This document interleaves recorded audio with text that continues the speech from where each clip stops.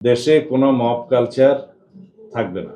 রাস্তায় দাঁড়িয়ে গেলাম, পরীক্ষা দেব না আগামীকালকে, সেটা হবে না। প্রত্যেকেরই সাংবিধানিক অধিকার নিশ্চিত করা হবে, প্রত্যেকেরই কথা বলার অধিকার আছে। করছে এইসব সাংবাদিক কিছু জেলে আছে, কিছু এখনো বাইরে আছে। মাননীয় মন্ত্রী, এই সাংবাদিকগুলা যারা এই সাংবাদিক সমাজের কলঙ্ক, তাদের বিচার নিশ্চিত হবে কিনা? এখানে কোন শ্রেণী পেশার উল্লেখ করার তো প্রয়োজন নাই। যারা আইসিটি অ্যাক্টের অধীনে মামলায় অভিযুক্ত তাদের সেই আইনে মামলা হবে, বিচার হবে। যারা সাধারণ ধারায় অন্যান্য কোর্টের মামলায় অভিযুক্ত হয়েছে সেখানে মামলা হবে। আলাদা করে পিসমিল করে কোনো শ্রেণী পেশার মানুষকে বিভক্ত করার কোনো কারণ নাই। আইনের শাসন প্রতিষ্ঠা হবে। ধন্যবাদ। সংখ্যা কত? তবে আমি প্রথম দিনই বললাম যে বাংলাদেশে মব কালচার শেষ।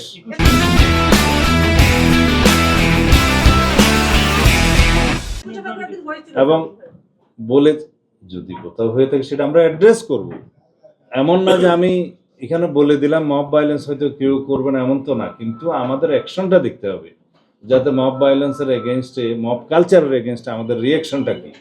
আমরা রিয়েক্ট করব খুব কঠোরভাবে। দেশে কোনো মব কালচার থাকবে না এবং মব সৃষ্টির মাধ্যমে মহাসড়ক, সড়ক অবরোধের মাধ্যমে দাবি আদায় করার জমানা শেষ। বৈধ পন্থায় স্মারকলিপি দিবে, মিছিল করবে, সমাবেশ করবে, আদালতে যাবে এবং যে কোনো বৈধ বা আইনানুগ কোনো দাবি দেওয়া থাকলে সেটা যথাযথ ফোরামে উপস্থাপন করবে, বিবেচনা হবে। এটাই নিয়ম। রাস্তায় দাঁড়িয়ে গেলাম, পরীক্ষা দেব না আগামীকালকে, সেটা হবে না। আইন শৃঙ্খলার সাথে জড়িত এগুলা আইন শৃঙ্খলার সাথে জড়িত। হ্যাঁ,